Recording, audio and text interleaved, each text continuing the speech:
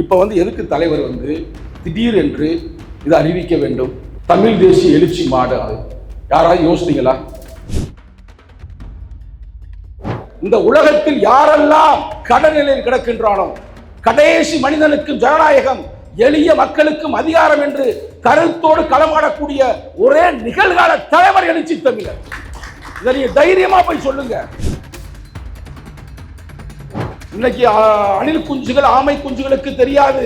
2008 மேதகு பிரபாகரன் கடைசியாக பேசிய அந்த மாவீரர் உரையில் அந்த கடைசி வரியை சொல்கிறேன், கவனமாக கேளுங்கள். எத்தனை சக்திகள் என்னை எதிர்த்து நின்றாலும், எத்தனை இடரூர்கள் என்னை நோக்கி வந்தாலும், எத்தனை சதிகள் எனக்காக பின்னப்பட்டாலும், வரலாறு விட்ட வழியில் காலமிட்ட கட்டளையின்படி நான் தொடர்ந்து இயங்குவேன். அப்ப சொல்றாரு, நான் மேதகு பிரபாகரனை சந்தித்த பிறகு அப்பதான் அவர் சொன்னாரு, நான் இருக்கிற அண்ணன், கவலைப்படாத, ஒருவேளை அண்ணனுக்கு எது ஆனாலும் நீ தொடர்ந்து இயங்க வேண்டும். மேதகு பிரபாகரன் நேரடியாக சொன்னது. நீ தமிழ் தேசியம் குழம்புறாங்கல, நான் தலைவரோட ஒப்புதலோடு சொல்கிறேன். தமிழ் தேசியம் என்றால் என்ன? தாயகம் தேசியம் தன்னாட்சி வெல்வோ, அதுவே தமிழர் இறையாண்மை உலகுக்கு சொல்வன்றார். புத்தி உள்ளவன் புத்தன். இது யார் சொன்னது? புரட்சியாளர் அம்பேத்கர் சொன்னது. புத்தன்னா யாரா? புத்தி உள்ளவன் புத்தன். எவனுக்கெல்லாம் அறிவு இருக்கோ அவர்கள் தான் புத்தர்கள் சொன்னாரு.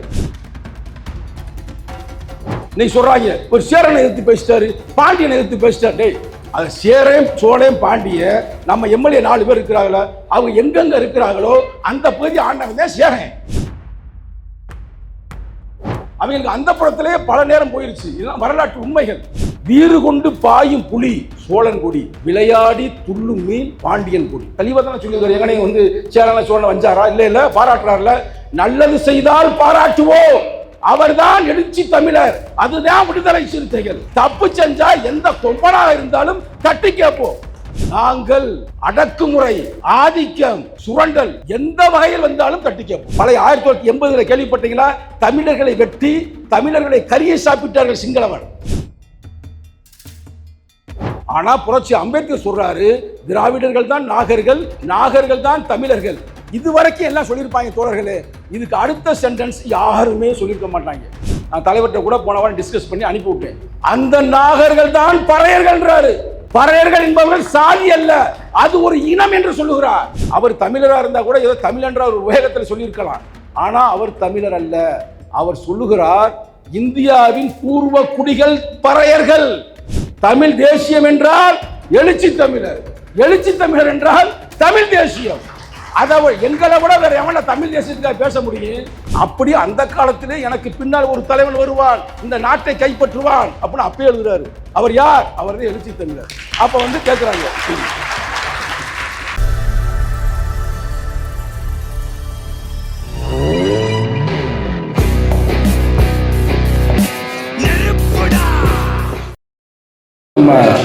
தலைவர்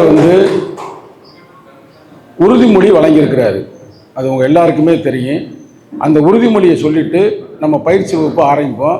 இது மேடை மாதிரி இருக்காது, மேடை பேச்சுமே இருக்காது. நம்ம கலந்துரையாடலே செய்யலாம். சரிங்களா? எல்லாம் நிமிர்ந்து நில்லுங்கள். நான் சொல்லும்போது அதை திருப்பி எல்லாரும் சொல்லுங்க. சொல்லி முடிச்சுட்டு நம்ம பயிற்சி வகுப்பை ஆரம்பிக்கலாம். கையப்படி வச்சுக்கிறோங்க. இது எழுச்சி தமிழர் இளைஞர்களுக்காக மட்டுமல்ல, நமது கட்சி தோழர்களுக்காக கொடுக்கப்பட்ட உறுதிமொழி. இந்த உறுதிமொழியை மனதார நீங்க உரைக்க வேண்டும். நான் சொல்ல அறநெறி போற்று, அறநெறி போற்று, ஆதிக்கம் தவிர், ஆதிக்கம் தவிர், இனநலம் உயர்த்து, இனநலம் உயர்த்து, ஈகம் செய், ஈகம் செய், உரிமையை வென்றடு, உரிமையை வென்றடு, ஊழலை வீழ்த்து, ஊழலை வீழ்த்து, எளிமையை கடைபிடி, எளிமையை கடைபிடி, ஏழ்மையை அகற்று, ஏழ்மையை அகற்று, அமைப்பாய் திரளுவோ, அமைப்பாய் திரளுவோ, அங்கீகாரம் பெறுவோ, அங்கீகாரம் பெறுவோ, அதிகாரம் வெல்வோ, அதிகாரம் வெல்வோ, தாயகம் தேசியம் தன்னாட்சி வெல்வோம். தாயகம் தேசியம் தன்னாட்சி வெல்வோம். தாயகம் தேசியம் தன்னாட்சி வெல்வோம். அதுவே தமிழர் இறையாண்மை உலகுக்கு சொல்வோம். அதுவே தமிழர் இறையாண்மை உலகுக்கு சொல்வோம். கற்றலும் கற்பித்தலும் கடமையாதல் வேண்டும். கற்றலும் கற்பித்தலும் கடமையாதல் வேண்டும். அந்த கடமையில் தலைவர்கள் உருவாதல் வேண்டும். அமைப்பாய் திரளுவோம். அங்கீகாரம் பெறுவோம். அதிகாரம் வெல்வோம். அதிகாரம் பரவாமல் ஜனநாயகம் மலராது. அரசியல் ஆகாமல் ஆதிக்க வீழாது. அரசியலும் அதிகாரமும் பொது சொத்து. அரசியலும் அதிகாரமும் பொது சொத்து. அதை அனைவருக்கும் பகிர்வதுதான் ஜனநாயகம். அரசியலும் அதிகாரமும் பொது சொத்து. அதனை அனைவருக்கும் பகிர்ந்தால்தான் ஜனநாயகம். விளிம்புகளை மக்களை விழிப்புறச் செய்வோம்.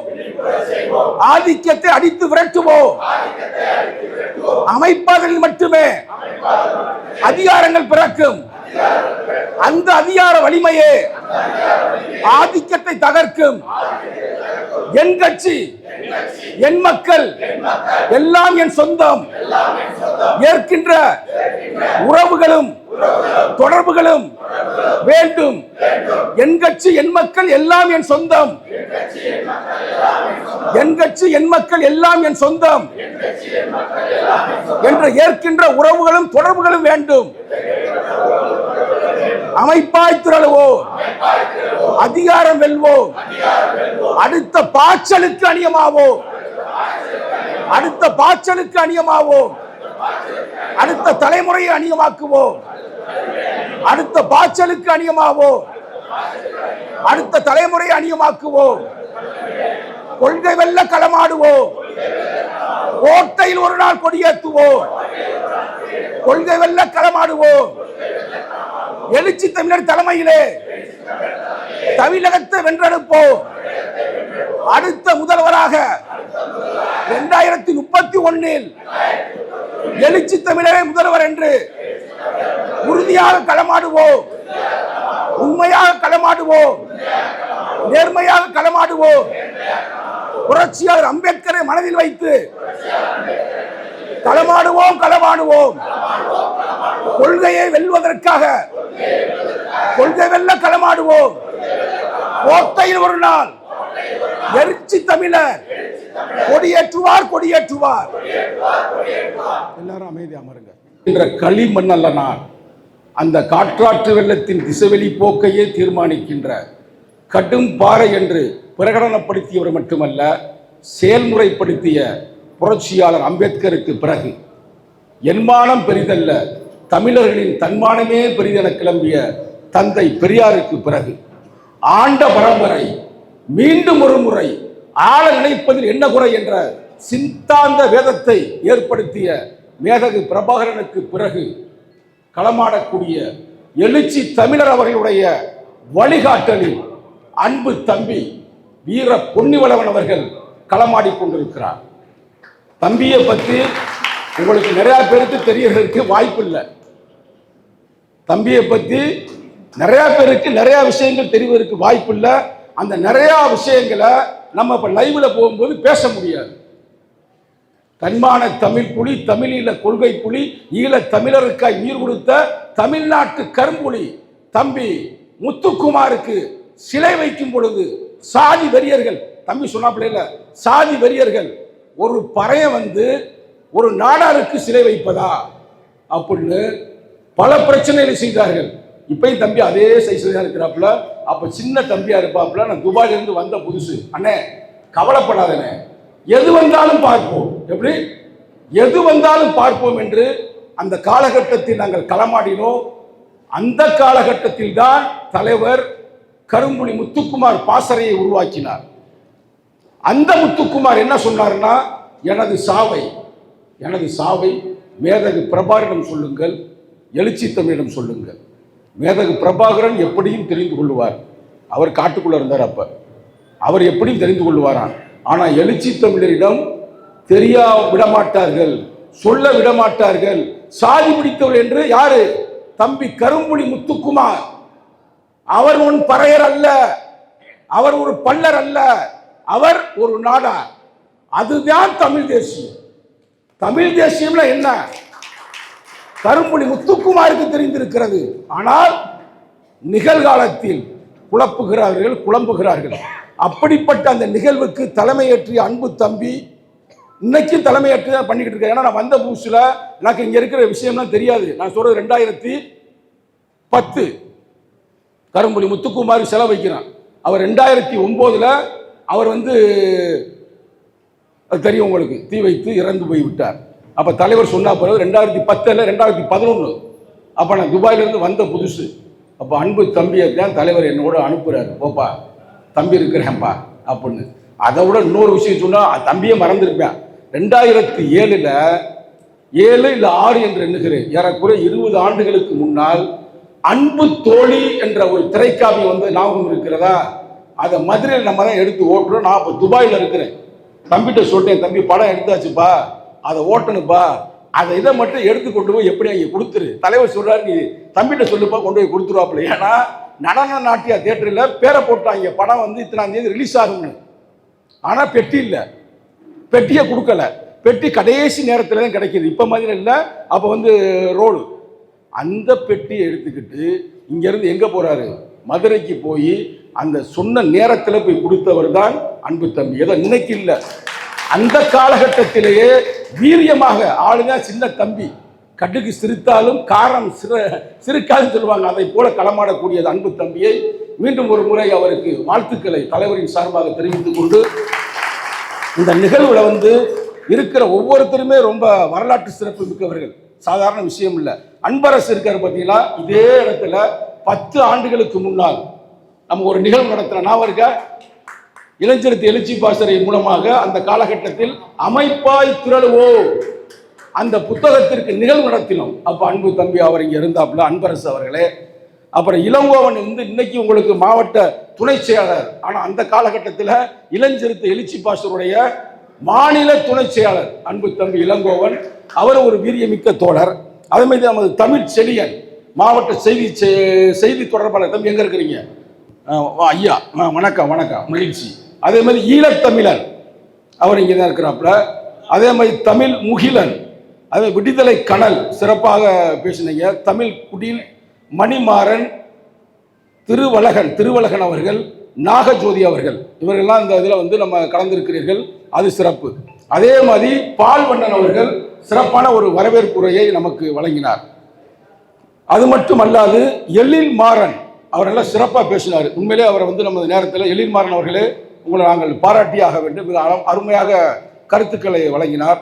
அது மட்டுமல்லாமல் அன்பு நண்பர் தமிழன், தமிழ் ஒளி, நாகராஜ், ராமகிருஷ்ணன், செல்வமணி, முத்தமிழன் மற்றும் திருமா நம்பி, தோழர் திலீபன், மண்டல செயலாளர் திலீபன் அவர்கள் மற்றும் அன்பு தோழர் என்னுடைய பழைய நண்பர் இன்னைக்கு நேரத்தில் இரணியன் அவர்கள், அவர் இந்த நிகழ்வில் கலந்து கொண்டிருப்பது உண்மையிலே நமக்கு ஒரு பெரிய ஒரு மகிழ்ச்சியும் ஒரு ஆர்வத்தையும் பெறுகிறது. இன்னைக்கு விடுதலை சிறுத்தைன்னு போறவர்கள் வருகிறார்கள், நம்ம இல்லைன்னு சொல்லல. அவர் எதற்காக வருகிறார்கள் என்பது உங்களுக்கு தெரியும். ஆட்சி அதிகாரத்தை நோக்கி வருகிறோம். ஆனால் ஆரம்ப காலகட்டத்தில் நம்ம வாக்கரிசி போட்டுக்கொண்டு அரசியலுக்கு வந்தோம். யாரும் வாக்கு அரசியலுக்கு வரல. அந்த காலகட்டத்திலேயே களமாடியவர் டாக்டர் ராமதாஸ் மிரளுவார் பேட்டியில. அப்படிப்பட்ட சிறப்புகளை பெற்ற எனது அன்பு நண்பர் இரணியன் அவர்களே. அது மட்டுமல்லாமல் பெண் சிறுத்தைகள் இங்க எல்லாம் அமர்ந்திருக்கிறீங்க. உங்க பேரு பூரா இங்க அன்பு தம்பி எழுதி கொடுத்திருக்கிறாப்புல.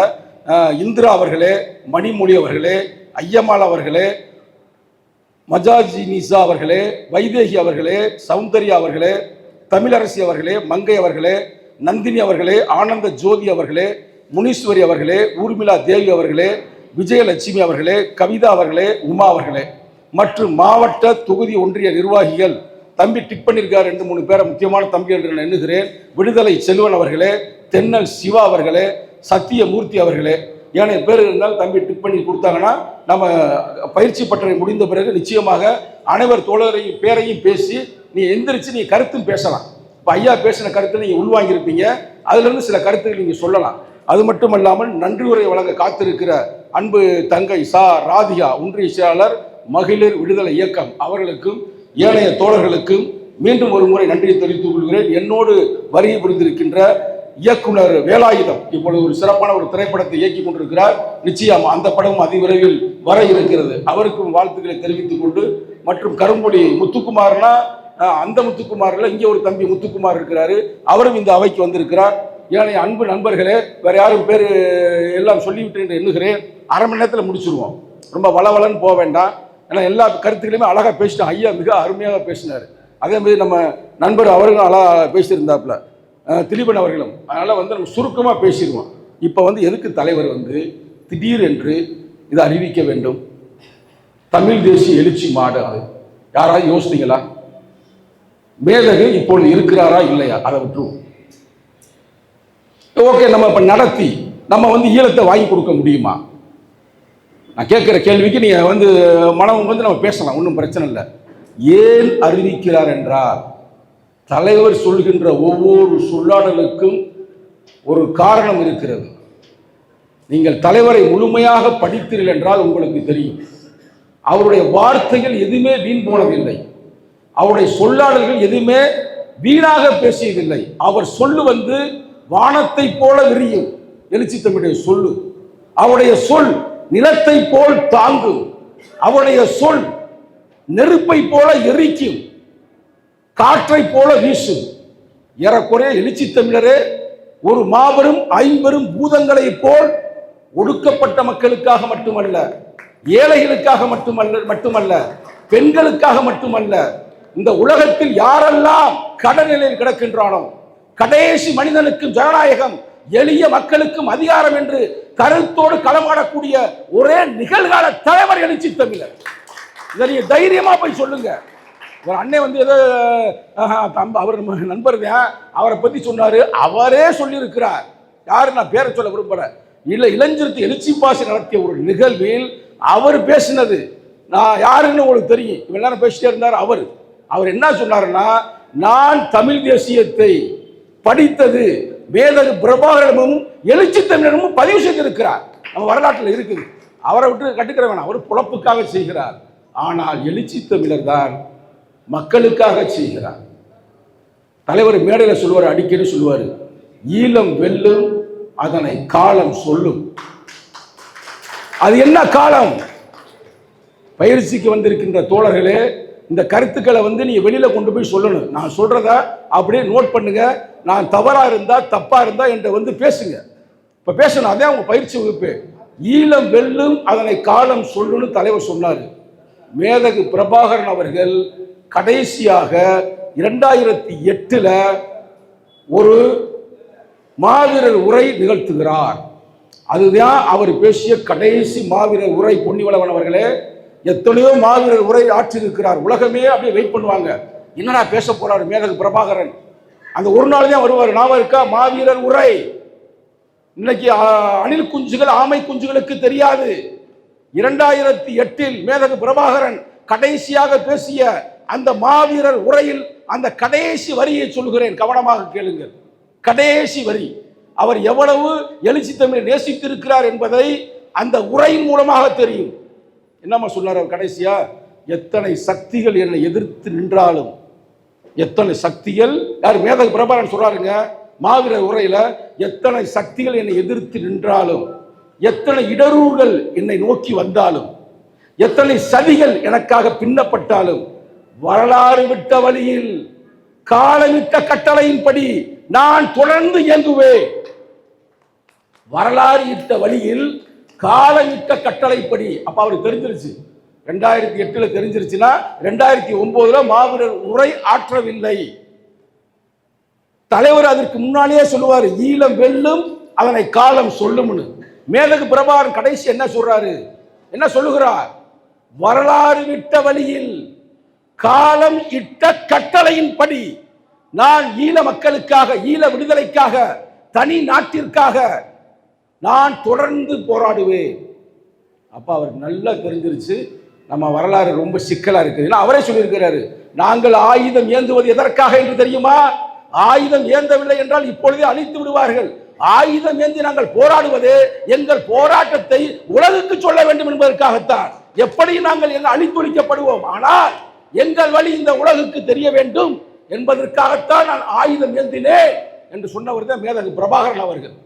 அவர்தான் தலைவரை அழைத்து, அன்பு தம்பி, நான் இருக்கிறேன், உனக்கு அண்ணன் இருக்கிறேன் காட்டுக்குள்ள, கவலைப்படாத, களமாடு, ஈழம் அடைந்தால் உனக்கு எல்லாம் நடக்கும்.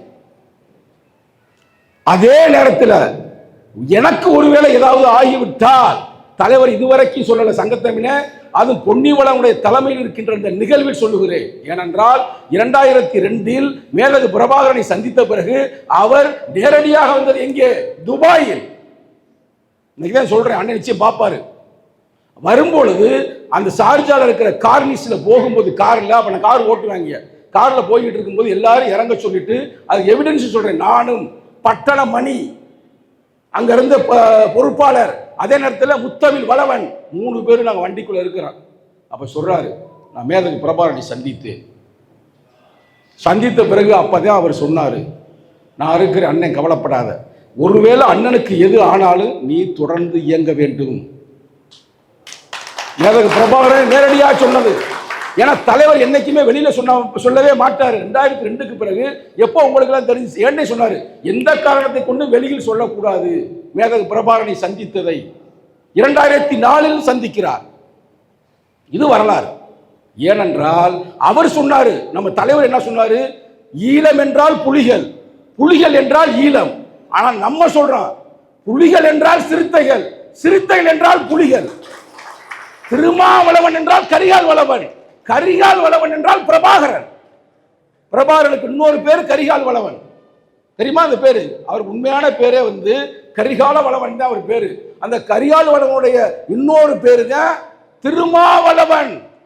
அப்ப திருமாவளவன் என்றால் பிரபாகரன், புலிகள் என்றால் சிறுத்தை, சேரி என்றால் ஈழம், ஈழம் என்றால் சேரி. அவரை எல்லாரும் தம்பி தம்பி சொல்லுவாங்க. நம்ம தலைவர் எல்லாரும் அண்ணன் சொல்றாங்களா? அண்ணன் என்றால் தம்பி, தம்பி என்றால் அண்ணன். அவரும் போராளிகள், நம்மளும் போராளிகள். அப்படிப்பட்ட நம்ம தலைவர் தான் இந்த ஈழத்துக்காக நீங்க நினைக்கிறவே ஐயா அழகா சொன்னாரு. தமிழீழ மாநாடு, தமிழீழ அங்கீகார மாநாடு. இன்னைக்கு நாங்க இருக்கிற இளைஞர் எழுச்சி பாசறை, அந்த மாநாடே என்ன மாநாடு? தமிழ் ஈழம் எழும் இல்ல அங்கீகாரமான தமிழீழ அங்கீகார மாநாட்டில் இளைஞர் எழுச்சி பாசறை என்ற ஒரு அமைப்பையே கட்டமைக்கிறார். கனவு நனவாக, கனவு நனவாக கருத்துரிமை மாநாடு. யாரு வாய் மூடி கிடந்தாலும் விடுதலை சிறுத்தைகள் வாய் மூடி கிடக்க மாட்டோம் அப்படின்னு ஒரு மாநாடு நடத்தின. எதுக்காக நடத்தினா? எல்லாரையும் தட்டா போட்டால மாட்டினாங்க, தூக்கி போட்டாங்க. ஆனால் விடுதலை சிறுத்தைகள் அப்பயே மாநாடு நம்ம நடத்தி காட்டியிருக்கிறோம். அதற்கு அடுத்த பிறகு இன்னைக்கு தமிழ் தேசியம் குழம்புறாங்கல்ல, நான் தலைவரோட ஒப்புதலோடு சொல்கிறேன், தமிழ் தேசியம் என்றால் என்ன? இன்னைக்கு இல்ல, தலைவர் என்னைக்குமே 10 வருடங்களுக்கு முன்னாடி வர்றத இப்பயே திட்டம் போடுவார். அது நம்மள மாதிரி சில தோழர்களுக்கு தெரியும். ஏன்னா நம்ம தலைவருடைய ஒவ்வொரு அசைவையும் கவனிக்கிறோம்ல, பார்த்துக்கிட்டே இருக்கிறோம்ல.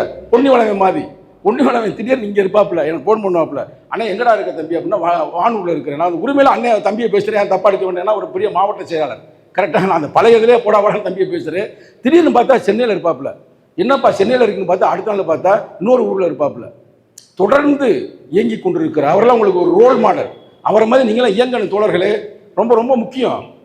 அப்படி ஒன்றும் பெரிய படிப்பு இல்லை, பெரிய பர்சனாலிட்டி, அப்படியே இப்படி ஹைட் இருக்கார் இல்லையில, மூளையை மட்டுமே வைத்து இயங்குகிறார். அப்ப யாரு? புத்தி உள்ளவன் புத்தன். இது யார் சொன்னது? புரட்சியாளர் அம்பேத்கர் சொன்னது. புத்தன்னா யாரா? புத்தி உள்ளவன் புத்தன். எவனுக்கெல்லாம் அறிவு இருக்கோ அவர்கள் தான் புத்தர்கள் சொன்னாரு. நான் இப்ப வரேன் உங்க விஷயத்துக்கு.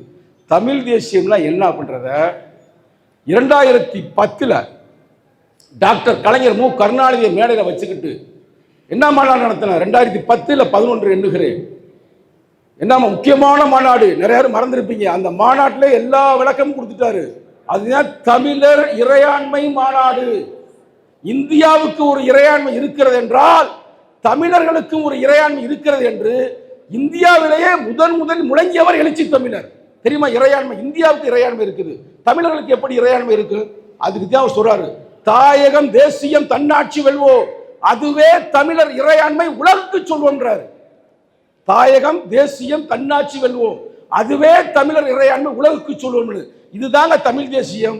இதுதான் மேதகு பிரபாகரன் கண்ட தமிழ் தேசியம். தலைவர் அப்பயே அந்த மேடையில ஒரு கவிதையே பாடியிருப்பாரு. எத்தனை பேர் கமெண்ட் செய்யும் தெரியல.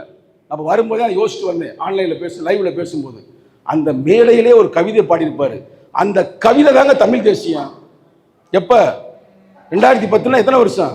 15 வருஷத்துக்கு முன்னாடியே தெளிவா சொல்றாரு. என்ன சொல்றாருன்னா, தமிழருக்கு சொந்தமாக தாயகம் வேண்டும், தமிழ் பேசும் இன்னமெனும் தேசியம் வேண்டும், தம்மை தாமே அரசால ஆட்சியும் வேண்டும். புரியுதா? தமிழருக்கு சொந்தமாக தாயகம் வேண்டும், சொந்த லேண்ட், ஓன் லேண்ட் வேண்டும். தமிழருக்கு சொந்தமாக தாயகம் வேண்டும், தமிழ் பேசும் இனம் என்னும் தேசியம் வேண்டும், தம்மைத்தாமே அரசால ஆட்சியும் வேண்டும்னா அட்டானமஸாக இருக்கணும்.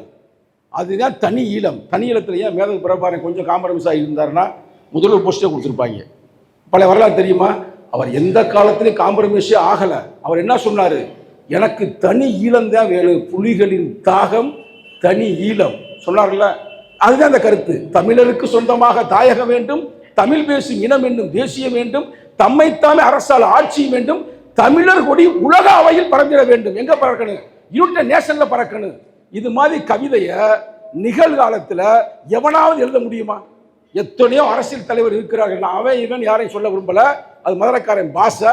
ஆனா யாரால எழுத முடியுமா இது மாதிரி? அடுத்து பாருங்க, சேரநாடு சோழநாடு பாண்டியர் நாடு, செந்தமிழர் அரசாண்ட முத்தமிழ் நாடு, வீரநாடு ஈழநாடு வேங்கை நாடு, வீரத்தை பயிர் செய்யும் புலி தமிழ்நாடு, வீரப்போரில் ஏந்தும் வில் சேரன்கோடி, விளையாடி பாயும் புலி, விளையாடி பாயும் புலி சோழன்கொடி, விளையாடும் மீன் பாண்டியன் கொடி, விண்முட்ட பறந்ததுவே தமிழர் கொடி, கோட்டை கட்டி கொடி நாட்டி நாடு காத்தான், கோலச்சு நல்லறத்தான் நீதி காத்தான், படை கட்டி பகை விரட்டி குடி காத்தான், பரந்தமிழர் இறையாண்மை பாதுகாத்தான், நாடாண்ட பரம்பரை தமிழர் என்று, நாடு உண்டா அரசுண்டா உலகில் என்று, நாடொன்று நமக்கு தேவை என்று. யாரு? எழுச்சி தமிழர் பாடின கவிதை. நான் பெருமைக்கா சொல்ல, இன்னைக்கு டாக்டர் கலைஞர் மு கருணாநிதி ஐயா இல்லை, இருந்தால் அவரால் எழுத முடியும். யாராவது ஒரு தலைவன் இது மாதிரி எழுத முடியுமா? வரிய பார்த்தீங்களா? சேரநாடு சோழநாடு பாண்டியர் நாடு.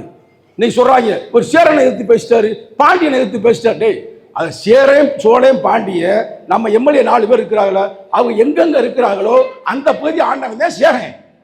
அவ்வளவுதான் மக்கள் தொகை, அவ்வளவுதான் நிலப்பரப்பு. அவங்களுக்கு கூட சண்டை, அவங்களுக்கு அந்த புறத்திலே பல நேரம் போயிருச்சு. இதெல்லாம் வரலாற்று உண்மைகள். நம்ம ஒன்றும் இதாக இட்டெடுத்து பேசவில்லை. என்ன சொன்னார் தலைவர்? அதில் அவங்க நிறையா யாகம் நடத்தினார்கள். யாகம் நடத்தின உண்மைதானே? வரலாற்று ஆசிரியர்களே சொல்றாங்க, கல்வெட்டிலே தெரியலையே, அசுவதி யாகம் நடத்தினாங்க, என்னென்னமோ யாகம் நடத்தினாங்க வரலாற்று ஆசிரியர் சொல்லுகிறார்கள். அடுத்து என்ன சொன்னாங்க? அந்த காலகட்டத்தில் பிராமணியம் இருந்தது சொன்னாங்களா சொல்லலையா? இருந்துச்சுல. அந்த காலகட்டத்தில் சாதி இருந்துச்சா இல்லையா? ராஜராஜ சோழன் ராஜேந்திர சோழன் என்பது தமிழ் பெயர் அல்ல. உண்மையா பொய்யா? அந்த உண்மையை தானே சொன்னாரு. அதே எழுச்சி தமிழர் அவருடைய அறிவை பாராட்டுகிறார், அவருடைய வீரத்தை பாராட்டுகிறார். அதுதான் அந்த கவிதை.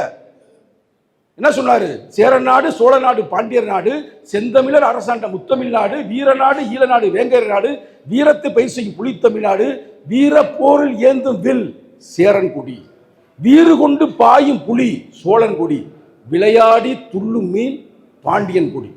தெளிவாக தானே சொல்லியிருக்காரு. எங்கனே சேரன சோழன் வஞ்சாரா? இல்ல பாராட்டுறாருல. நல்லது செய்தால் பாராட்டுவோம், அவர்தான் எழுச்சி தமிழர், அதுதான் விடுதலை சிறுத்தைகள். தப்பு செஞ்சா எந்த தொண்டனாக இருந்தாலும் தட்டி கேட்போம். விடுதலை சிறுத்தை இருக்கிற ஒவ்வொரு தொண்டனுடைய என்ன, அவருடைய அணுகுமுறை என்ன? நாங்கள் அடக்குமுறை, ஆதிக்கம், சுரண்டல் எந்த வகையில் வந்தாலும் தட்டி கேட்போம். நாங்கள் மேதகு பிரபாகரனை நாங்கள் அதை ஆதரிக்கிறோம்னா அவர் ஹீரோ மாதிரி இருக்கிறாரு. பல பேரை போட்டு தள்ளினாரு. யார? அயோக்கிய பயல்களை, மத வெறியர்களை, சாதி வெறியர்களை, ஆதிக்கவாதிகளை போட்டு தள்ளினது உண்மை. அது வரலாறு இருக்கு. ஆனா ஏன் தலைவர் ஆதரிக்கிறாருன்னா அவர் ஒரு போராளி. ஆனா இன்னைக்கு இருக்கிற அந்த என்ன ஐயா அழகா சொன்னாரு, அணில் குஞ்சுகள் ஆமை குஞ்சுகள்னா அவரை ஒரு ஹீரோவா பாக்குறாங்க. நம்ம யாரையும் ஹீரோவா பார்க்கறது இல்லை, தத்துவமா பார்ப்போம், கோட்பாடா பார்ப்போம், கொள்கையா பார்ப்போம். அது இல்லைன்னா அவ்வளவுதான், முடிஞ்சு போச்சு. அதைத்தான் தலைவர் அமைப்பாற்றல் புத்தகத்தை சொல்றாரு. தத்துவத்தில் முளைக்காத தனிநபர் தலைமை பாதை தடுமாறி திசை மாறி இழக்கும் தன் வலிமை. இது ஆமை குஞ்சுகளுக்கு சரியா பொருந்தும். சமர்ப்பணம், ஏன்னா ஒரு தத்துவம் இருந்தாதான் நீ தலைமையில் இருக்க முடியும்னா நீ காலி ஆயிருவ. தத்துவத்தின் புறவடிவம் தனிநபர் தலைமை, முழு தலைமையின் செயல் வடிவம் அமைப்பின் வலிமை. அதுதான் விடுதலை சிறுத்தைகள். அப்ப விடுதலை சிறுத்தைகள் ஆதரிக்கிறோம்னா வெறும் தமிழ் தேசியம் அப்படின்றதுக்காக மட்டுமல்ல. நான் பேசுறது இப்பதான் முடிக்க போறேன், 10 நிமிஷம் முடிச்சிருவோம். முக்கியமான வரலாறு தோழர்களே மைண்ட்ல ஏத்துங்க. தமிழ் தேசியம் என்பது நம்ம தமிழர்கள் இல்ல பிரபாகரன் ரொம்ப பிடிக்கும் அப்படின்றதுக்காக தமிழ் தேசியத்தை நாம் ஆதரிக்கவில்லை. அந்த சமூகம் ஒடுக்கப்படுகிறது, அந்த சமூகம் சீரழிக்கப்படுகிறது. பழைய 1980 கேள்விப்பட்டீங்களா? தமிழர்களை வெட்டி தமிழர்களை கரியை சாப்பிட்டார்கள் சிங்களவன். பழைய வரலாறு அப்பெல்லாம் நீங்க தம்பிகளுக்கு தெரியாது, சில பேருக்கு. இப்ப இருக்க அரும்பெரும் தலைவர்களுக்கு தெரியும். அந்த காலகட்டத்திலேயே தலைவர் தலித் வேந்தர் ஆஃப் இந்தியா என்ற அந்த கட்சியின் பெயரை விடுதலை புலிகளை போல் இருக்க வேண்டும் என்பதற்காகத்தான் விடுதலை சிறுத்தைகள் என்று பெயர் வைத்தார். மதுரை மண்ணில் என்ன சொன்னார்? இன்று நமது இயக்க கொடி, நாளை நமது நாட்டின் தேசிய கொடி என்று பிரகடனப்படுத்தினார். அப்ப என்ன காரணம்னா அவர்கள் ஒரு போராளிகள். தமிழ் தேசியம் என்பது ஒரு போராளிகள். அந்த தமிழ் தேசியமான தமிழர்கள் நசுக்கப்படுகிறார்கள். தமிழ்நாட்டில் நம்ம இருந்தாலும் கூட தமிழ் மொழி அழிக்கப்படுகிறது.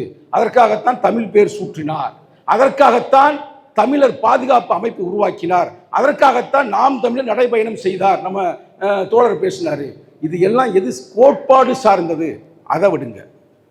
எவ்வளவுக்கு தமிழ் தேசியம் முக்கியமோ அதே அளவுக்கு தலித் தேசியமும் முக்கியம். என்னது? தலித் தேசியம். அதுக்காகத்தான் நமது கட்சியில் என்ன வச்சிருக்கிறாரு? சாதி ஒழிப்பே மக்கள் விடுதலைன்னு வைக்கிறாரு. சாதி ஒழிப்பே பறையர் விடுதலைன்னு வைக்கல, சாதி ஒழிப்பே பல்லர் விடுதலைன்னு வைக்கல. ஏன் சாதி ஒழிப்பே தமிழர் விடுதலைன்னு வைக்கல? சாதி ஒழிப்பே மக்கள் விடுதலை. எனக்கே யோசித்து பார்த்தீங்களா? யாராவது ஒரு மக்கள் விடுதலை அடைய வேண்டும் என்றால் அந்த மக்களிடம் பிரிவினை இருக்கக்கூடாது, அதுவும் குறிப்பாக சாதியின் பெயரால் இருக்கக்கூடாதுன்னு தலைவர் பதிவு செய்கிறார். அப்படியே பின்னாடி போங்க, யார்கிட்ட? புரட்சியாளர் அம்பேத்கர்கிட்ட போங்க. அம்பேத்கர் நான் சொல்ற முக்கியமானது எங்கேயுமே நீ கேட்டிருக்க மாட்டீங்க, யாரும் சொல்லியிருக்க மாட்டாங்க. 1942 இந்தியா சுதந்திரம் அடைவதற்கு முன்னால் நாக்பூர்ல ஒரு மாநாடு நடத்துறாரு. நாக்பூர்ல இந்தியாவில் இருக்கிற எல்லா தலித்து மக்களையும் வர சொல்றாரு. அந்த மாநாட்டுடைய தலைவர் யார்? யாருக்காவது தெரியுமா? நான் மீண்டும் சொல்லுகிறேன், 1942 போட்டு பாருங்க. ஜூலை 18ஆம் தேதி புரட்சியாளர் அம்பேத்கர் அவர்கள் நாக்பூரில் ஒரு மாநாடு நடத்துகிறார். அந்த மாநாட்டின் பெயர் இந்தியாவில் இருக்கிற அனைத்து தலித்துகளும், வேற வேணாம் இல்லை, ஒன்லி தலித்துகள்லாம் வர சொல்லியிருக்காரு. அப்ப எவ்வளவு பேர் இருக்காங்க? அந்த காலத்தில் 50,000 பேரை திரட்டி இருக்கிறார். 3 நாள் மாநாடு. ஒரு நாள் தலித்து மாநாடு, அடுத்த நாள் பெண்கள் மாநாடு, 3வது நாள் SST, நான் சொல்றேன் சமதா சைனிக் தள் சமத்துவ படை அப்படின்னு 3 பேரை சேர்த்து ஜூலை 18, 19, 20 நடத்தினார். அவர் அங்க பேசிய பேச்சுடைய கருத்தை மட்டும் சொல்றேன். அன்பு தோழர்களே, மனதில் பதிய வைங்க. நம்ம எழுச்சி தமிழர் எவ்வளவு கடுமையாக புரட்சியாளர் அம்பேத்கர் கருத்துக்காக களமாடுகிறார் என்பது உங்களுக்கு தெரியும். அவர் என்னமா சொன்னாரு? அந்த மேடையில் சொல்றாரு, இந்த மேடையில் தலைமை பொறுப்பு ஏற்றிருக்கின்ற டாக்டர் தந்தை சிவராஜ் ஒரு தமிழர். தலைவர் யாரு? அம்பேத்கர் இல்லைங்க. அந்த மேடையில் தலைவர் யாருன்னா தந்தை சிவராஜ், சென்னையை சார்ந்தவர். அவர் சொன்ன ஒரு டயலாக்கே உங்களுக்கு தெரியாது. நீ என்ன வேணுமானு செய், தலித்தை பார்த்து சொல்றாருங்க. ஏனென்றால் நமது தலைமுறையை தொடர்ந்து நசுக்கி இருக்கிறார்கள். அவர் என்ன வேணுமானு செய்யணும்னு சொன்னார். சொல்ல அப்படின்னு ஓப்பனை சொல்ல முடியாது, லைவ்ல போய்கிட்டு இருக்கு. யாரு? தந்தை சிவராஜ் சொல்றாரு, இந்த மக்களை, ஒடுக்கப்பட்ட மக்களை, நமது முன்னோர்களை இந்த ஆதிக்கவாதிகள், சாதியவாதிகள் நசுக்கி இருக்கிறார்கள், பாலியல் தொந்தரவு செய்திருக்கிறார்கள், உன்னை அறமற்ற முறையில் அழித்து ஒழித்திருக்கிறார்கள். இந்த காலத்தில் என்ன வேணுமானும் செய்யலாம் சொன்னவர் யாரு? தந்தை சிவராஜ். அவர் தலைமையில புரட்சியாளர் அம்பேத்கர் சொல்றாருங்க, இந்தியா என்பதே முக்கியமான வேர்டு நான் சொல்ல வர்றேன். இந்தியா என்பது யாருமே சொந்தம் கொண்டாட முடியாது அவர் சொல்றார். இந்தியா என்பது பல தேசங்களின், இன்னும் சொல்ல போனா பல தேசங்களின் கூட்டுக்கலவை, பல இனங்களின் கூட்டுக்கலவை என்றார். இந்தியா சுதந்திரம் அடைவதற்கு முன்னால் புரட்சியாளர் அம்பேத்கர் சொல்கிறார், இந்தியா பல இனங்களின் கூட்டுக்கலவை, அப்படி யாருமே சொந்தம் கொண்டாட முடியாது. அப்படி ஒருத்தர் சொந்தம் கொண்டாட விரும்பினால் அது யாருக்கு இருக்குன்னா தமிழர்களுக்கு மட்டும்தான் இருக்கிறது. ஏனென்றால் இந்த தமிழர்கள் தான் இந்தியாவை முழுக்க ஆண்டவர்கள். தோழர் சொன்னார் அந்த கருத்து, அப்படியே மேலோட்டம் சொன்னார், அதை விளக்குறேன் பாருங்க. அந்த தமிழர்களுக்குத்தான் இன்னொரு பெயர் நாகர்கள், அந்த நாகர்களுக்குத்தான் இன்னொரு பெயர் திராவிடர்கள். இன்னைக்கு சொல்றாங்க திராவிடம்னா என்ன, திராவிடத்துக்கு என்ன சம்பந்தம்ன்றாங்க. அந்த திராவிடம் என்ற சொல்லாடலை இந்த மண்ணில் முதல் பதிவு செய்தவரே அயோத்திதாச பண்டிதர். ஏன் அயோத்திதாச பண்டிதர் பதிவு செய்கிறார்னா, அவர் ஒரு பெரிய அறிஞர், அவருக்கு தெரியுது. ஆனா அயோத்திதாச பண்டிதருடைய அந்த சொல்லாடலை பல பேர் ஆட்டைய போட்டாங்க, அது வேற பிரச்சனை. ஆனா புரட்சி அம்பேத்கர் சொல்றாரு, திராவிடர்கள் தான் நாகர்கள், நாகர்கள் தான் தமிழர்கள். இதுவரைக்கும் எல்லாம் சொல்லியிருப்பாங்க தோழர்களே. இதுக்கு அடுத்த சென்டென்ஸ் யாருமே சொல்லியிருக்க மாட்டாங்க. நான் தலைவர்கிட்ட கூட போன வாரம் டிஸ்கஸ் பண்ணி அனுப்பி விட்டேன். அந்த நாகர்கள் தான் பறையர்கள்ன்றாரு. பறையர்கள் என்பவர்கள் சாதி அல்ல, அது ஒரு இனம் என்று சொல்லுகிறார். பறையர்கள் என்பவர்கள் சாதி அல்ல, அது ஒரு இனம். ஏனென்றால் அவருடைய புத்தகம், கடைசி புத்தகம் புத்தரும் அவர் தம்மமும், புத்தா அண்ட் இஸ் தம்மா என்ற புத்தகத்தில் அவர் மென்ஷன் பண்ண ஒரே சாதி பறையர்கள். பறையர்கள் எங்க இருக்கிறாங்க? நார்த் இந்தியாவில் இந்த பகுதியில் வாழ்ந்தார்கள் என்று அவர் மென்ஷன் பண்றாரு. அந்த பகுதியில் எப்படி வாழ்ந்திருக்க முடியும்? பறையர்கள் நம்ம இங்கே தானப்பா இருக்கிறோம். ஆனா புரட்சி அம்பேத்கர் சொல்றாரு, பறையர்கள் இந்தியா முழுக்க இருந்தார்கள். இன்னைக்கு அதை சொல்ல மறுக்கிறாங்க வரலாற்று ஆசிரியர்கள். ஏன்னா அவர் ஒரு தமிழர் அல்ல. அவர் தமிழராக இருந்தா கூட ஏதோ தமிழ் என்ற ஒரு வேகத்தில் சொல்லியிருக்கலாம். ஆனா அவர் தமிழர் அல்ல. அவர் சொல்லுகிறார், இந்தியாவின் பூர்வ குடிகள் பறையர்கள். சங்கத்தமிழன் சொல்லவில்லை, புரட்சியாளர் அம்பேத்கர் பதிவு செய்திருக்கிறார். அது எப்ப? நான் சொல்றேன் 1942. அதனால தமிழ் தேசியம் என்றால், பாப்பா சொல்லிச்சு கிளீனா சொன்னாங்க அந்த பெண்மகள், தமிழ் தேசியம் என்றால் எழுச்சி தமிழர், எழுச்சி தமிழர் என்றால் தமிழ் தேசியம். அதை எங்களை விட வேற எவன தமிழ் தேசியத்துக்காக பேச முடியும்? இன்னமும் சொல்ல போனா இந்த இந்தியாவை ஆண்டவர்கள் யாருன்னு பார்த்தா நமக்கு ரெண்டு இருக்கு. சாதாரண விஷயம் இல்ல. தமிழ் தேசியத்தை வென்றெடுக்க வேண்டும், அதே நேரத்தில் இந்து தேசியத்தையும் வென்றெடுக்க வேண்டும். இந்துனா இந்திய தேசியத்தை, இந்திய தேசியம் இந்த இந்து தேசமாக மாறிவிட்டது. அதை வென்றெடுக்க வேண்டும் என்றால், ஏன் நாம் வென்றெடுக்க வேண்டும் என்றால், அதை உருவாக்குனது புரட்சி அம்பேத்கர். அவர் நினைச்சது இந்தியா நவ இந்தியா, நவையான புத்தம் மாதிரி இந்தியா ஒற்றுமையாக இருக்க வேண்டும் என்று விரும்பினார். ஆனால் சங்கிகள் ஆட்சி அதிகாரத்திற்கு வந்ததால் அது நடைமுறைப்படுத்த முடியவில்லை. இப்ப நான் வர்றேன், ஆரம்ப சொன்ன கருத்தை நான் அப்படியே கொண்டு விட்டுட்டேன் உங்களுக்காக. மேதகு பிரபாகரன் கடைசியில் என்ன சொன்னாரு? வரலாறு விட்ட வழியில் காலமிட்ட கட்டளையின்படி நான் அடுத்த தலைமுறைக்கு நகர்த்துகிறேன். தலைவர் என்ன சொல்றாரு? ஈழம் வெல்லும், அதனை காலம் சொல்லும். சொன்னாரா சொல்லலையா? அந்த காலம் எந்த காலம்? நல்லா பதிவு பண்ணிக்கிறீங்க. உங்க ஊர்ல வானூர், வானூர்ல இருந்து சொல்ற, என்னைக்கு எழுச்சி தமிழர் முதல்வராகிறாரோ அன்றுதான் ஈழம் கிடைக்கும். அது வரைக்கும் எந்த கொம்பனும் இதற்காக போராட மாட்டார்கள். காங்கிரஸ் இருந்துச்சு, திமுக இருந்துச்சு, அதிமுக இருந்துச்சு, ஏன் இன்னைக்கு பிஜேபி இருக்கு? எவனாவது ஈழத்திற்காக தமிழ் தேவை அறிவித்திருக்கிறார்களா? அப்ப அறிவிக்கிறாருன்னா இது நம்ம கடமை, நம்ம உரிமை. இந்தியா நம்ம இந்தியா. எங்களுக்கு தமிழ்நாடு மட்டும் இலக்கு இல்லை. நான் அடிக்கடி சொல்லுவேன், சில பேர் சிரிப்பீங்க, ஆனா உண்மை அதுதான். எங்க இலக்கு சார்ஜ் கோட்டை அல்ல, செங்கோட்டை. தலைவர் ஒரு மேடையிலே சொல்லிப்பாரு, நான் முதல்வெல்லாம் டுபாக்கூர், ஏன்பா எடப்பாடி இருந்த இடம், யாரோ இருந்த இடம், பேர் சொல்லக்கூடாது, நல்லா இருக்காது. அதுல போயப்ப நான் உட்கார போறேன். நான் புரட்சியாளர் அம்பேத்கரின் தொடர்ச்சி. எனது இலக்கு பாரதம், இந்தியா, இந்தியாவை ஆள வேண்டும். இப்போ அந்த இன்னொரு கருத்துக்கு வரேன். அதை நான் உங்களுக்கு ஏன் மாற்றி மாற்றி பேசினா போர் அடிச்சிரு. மதுரையில் கொடி ஏற்றினார்ல தலைவர். இன்று நம்ம எப்படி மேதகு பிரபாகரனுக்கு எழுச்சி தமிழ் தொடர்ச்சி இருக்குல்ல, அதே மாதிரி யாருக்கு? புரட்சியாளர் அம்பேத்கருக்கு நம்ம எழுச்சி தமிழருக்கு தொடர்பு இருக்கு. என்ன தொடர்புனா, நம்ம தலைவர் சொன்னார், இன்று நமது இயக்க கொடி, நாளை நமது நாட்டின் தேசிய கொடி. நானும் தம்பி பொன்னிவளனும் பல முறை அதை பற்றி பேசியிருக்கிறான். ஒரு நாட்டினுடைய இயக்க கொடி ரைட், கட்சி கொடி, இந்த நமது கட்சி கொடி பிரச்சனை இல்லை. அது எப்படி ஒரு நாட்டுடைய கொடியா மாறும்? ஏற்கனவே தேசிய கொடி இருக்குல்ல. நீங்க என்னைக்கா யோசித்தீங்களா யாராவது? தலைவர் அப்ப பாருங்க, அது இளம் வயதிலே சொல்லியிருக்காருன்னு அடுத்ததை பாருங்க. இன்று நமது இயக்க கொடி, நாளை நமது நாட்டின் தேசிய கொடினா, அவர் சொன்னது முக்கியமான பாயிண்ட் ஐயா. ஏன்னா நம்ம தேர்தலில் இருக்கிற முக்கியமான ஐயா, அவர்கிட்ட சொன்னோம்னா அது முக்கியமான கருத்தாக அமையும். என்னன்னா, அந்த கொடியை உருவாக்குறாங்க, தேசிய கொடி. அதை உருவாக்கும் போது உருவாக்குனது யாருன்னா பெங்காலி வெங்கையா. நெட்டில் போடுங்க வரும். பெங்காலி வெங்கையான்னு ஒரு ஆந்திராக்காரர் தான் கொடியை உருவாக்குறாரு. அந்த கொடியை உருவாக்கிட்டு நடுவில் என்னடா வைக்கலாம்னு யோசிக்கிறாங்க. மகாத்மா காந்தி சொல்றாரு, அதில் ராட்டனம் போடுங்கன்றாரு. ராட்டனம் தான் அவருக்கு ரொம்ப பிடிக்கும், ராட்டனத்தை போடுங்கன்றாரு. அவர் திலகர் சொல்றாரு, அதில் சுஸ்திக்க போடுங்கன்றாரு. சுஸ்தி கேள்விப்பட்டிருக்கீங்களா? அதை போட சொல்றாப்புல. ஒரு ஆள் வந்து ஓம் போட சொல்றாப்புல. யாரு? சவார்கர்.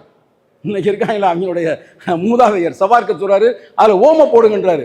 புரட்சியாளர் அம்பேத்கர் அமைதியாக இருந்துட்டு என்ன போடுங்க, ஆனால் போடுறதுக்கு முன்னாடி எல்லாத்துக்கும் விளக்கம் கொடுங்கடான்னு இருக்காரு. கரெக்டா? நீங்க எல்லாம் போடுங்கண்ணா, ஓம போறிய விளக்கம் கொடு, சுஸ்திக்கு போறியா விளக்கம் கொடு, இல்லை ராட்டிரம் போறியா விளக்கம் கொடு. ஒருத்தனுக்கு ஒன்றும் தெரியல. எல்லாம் அந்த காலத்தில் பைத்தியக்காரங்க தானே. அம்பேத்கருக்கு முன்னாடி இணைய உலகத்தில் யாரும் இல்லைங்க. அவர் புத்தகத்தை படிச்சீங்கன்னா நீங்களாம் பைத்தியமாயிருவீங்க உண்மையிலேயே. அவர் புத்தகம் 37 தொகுப்பையும் எனக்கு படிப்பதற்கான வாய்ப்பு கிடைத்தது. அதை படித்த பிறகுதான் எழுச்சி தமிழர் யாருன்னு தெரியுது. உங்களுக்கு புரியுதா? அம்பேத்கர் விரும்பிய ஒரு பெரிய ஒரு தலைவர் யாரும் எழுச்சி தமிழர் தோழர்களே. அந்த புத்தகத்தை படித்தாலும் குறிப்பாக 37வது தொகுப்பு வாங்கி படிங்க. அப்படி அந்த காலத்திலே எனக்கு பின்னால் ஒரு தலைவன் வருவான், இந்த நாட்டை கைப்பற்றுவான் அப்படின்னு அப்பயே எழுதுறாரு. அவர் யார்? அவர் தான் எழுச்சி தமிழர். அப்ப வந்து கேட்கிறாங்க, அவர் கேட்கிறாங்க என்னங்க அதில் போடலாம்னு கேட்குறாங்க. அவர் சொன்னார், தம்ம சக்கரத்தை வைக்கிங்க, தம்ம சக்கரத்தை அதில் வைங்க. இன்னைக்கு இருக்குல்ல தர்ம சக்கரம், அது தம்ம சக்கரம் சொல்லுவாங்க, அது இன்னொரு பேர்.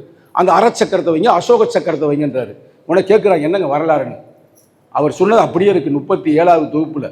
நான் 37வது தொகுப்பைங்க அந்த தலைவர் அமைப்பகத்தில் படித்த பிறகுதான் எனக்கு அரசியலே தெரிஞ்சிச்சு. அதை நான் உங்கள்கிட்ட பகிர்ந்து கொள்கிறேன். இதான் பயிற்சி பட்டார் தலைவர். எதாவது சொல்லுவார், போய் மக்கள்கிட்ட சொல்லு அந்த கருத்துக்களை எல்லாம். தலைவர் எல்லாம் அப்பயே படிச்சிட்டாரு. தலைவர் எப்போ படிச்சிருக்காருன்னா 90களே படிச்சிருக்கிறாரு. குடியரசுன்னு ஒரு தோழர், பழைய தோழர், அவர் சொல்கிறாரு, அவர் என்ன இரவுகளை பூரா அம்பேத்கர் புத்தகத்தை பூரா படிப்பாராம். அந்த புக்கை அதை என்ன எழுதிக்கிறார், இந்த கருத்தை முக்கியம், அதில் போய் போடுறாரு.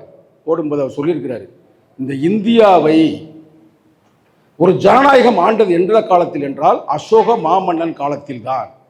அப்போ பிராமணர்களுக்கு கூட்டத்தை ஒடுக்கிட்டாரு. எல்லாம் ஒரு மன்னராட்சி என்றாலும் மக்களாட்சி. இன்னும் சொல்லப்போனால் அசோக மாமன்னன் யாருடைய கருத்தை வைத்து களமாடுகிறார்? பகவான் புத்தருடைய கருத்தை வைத்து களமாடுகிறார். அதுதான் அந்த தம்ம சக்கரம். 24 அறம் இருக்குது பார்த்தீங்களா, அந்த சக்கரத்தை வைங்க. அது எதுக்கான அறிகுறினா ஆட்சி அதிகாரத்திற்கான ஒரு அடையாளம். மாமன்னன் ஒரு ஆண்டிருக்காண்டா அப்படின்றதுக்கான அடையாளம். அதைத்தான் வைக்கணும்னு அம்பேத்கர் சொன்னதை ஆஃப் ஆகிட்டாங்க, சரின்னு வச்சுட்டாங்க. ஆனால் அம்பேத்கர் என்ன எழுதியிருக்கிறாருன்னா, நல்லா கேட்டுங்க தோழரே, அழுதுருக்கிறாரு. நான் சொன்னது ஃபுல்லாக ரெக்கார்டு இருக்குது, என்ற கேளுங்க நான் சொல்கிறேன். அழுதுட்டு அவர் சொல்லியிருக்கிறாரு, நான் ரொம்ப கஷ்டப்பட்டு இந்த மக்களுக்காக உழைச்சேன் இரவும் பகலுமா.